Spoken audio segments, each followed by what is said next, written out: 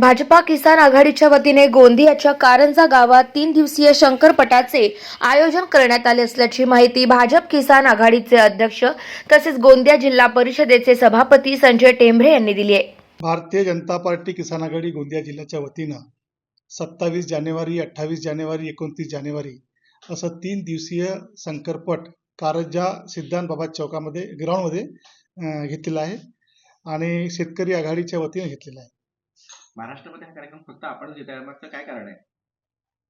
आम्ही शेतकरीचे मुलं आहे आणि शेती करून इथपर्यंत आलेला आहे आणि शेतकऱ्याच्या भावना फार चांगल्या असतात आणि त्यांच्यासाठी हे आम्ही शंकरपट करतोय। जिल्ह्यातील तर प्रत्येक तालुक्यातून येणारच आहे, परंतु मध्य प्रदेश इथून पण येणार आहे, बालाघाट जिल्ह्यामधून, सिवनी जिल्ह्यामधून आणि काही भंडारा जिल्ह्यातून येणार आहे असं। आणि ज्यांना माहीत पडतंय, मागच्या वर्षी ते धुळेकडच्या जोड्या आलेल्या याच्या अगोदर, आता यावर्षी येतात तर माहीत नाही, पण येणार असं वाटतंय।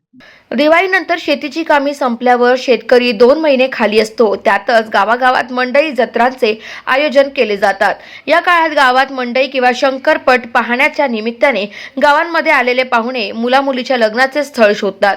त्यामुळे दिवाळीनंतर गावागावात मंडई आणि शंकरपटांचे आयोजन केले जाते।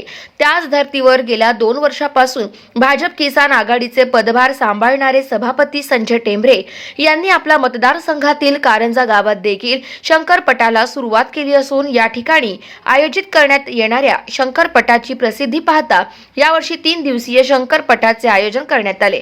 तर या शंकरपटात सहभाग घेणाऱ्या प्रत्येक बैलजोडीला प्रोत्साहनपर बक्षीस देण्यात येणार आहे। तर पहिल्या 3 विजेत्यांना प्रथम, द्वितीय आणि तृतीय येणाऱ्या विजेत्यांना रोख बक्षीस दिले जाणार आहे। गाव माझा न्यूज करिता राधा किसन चुटे, गोंदिया।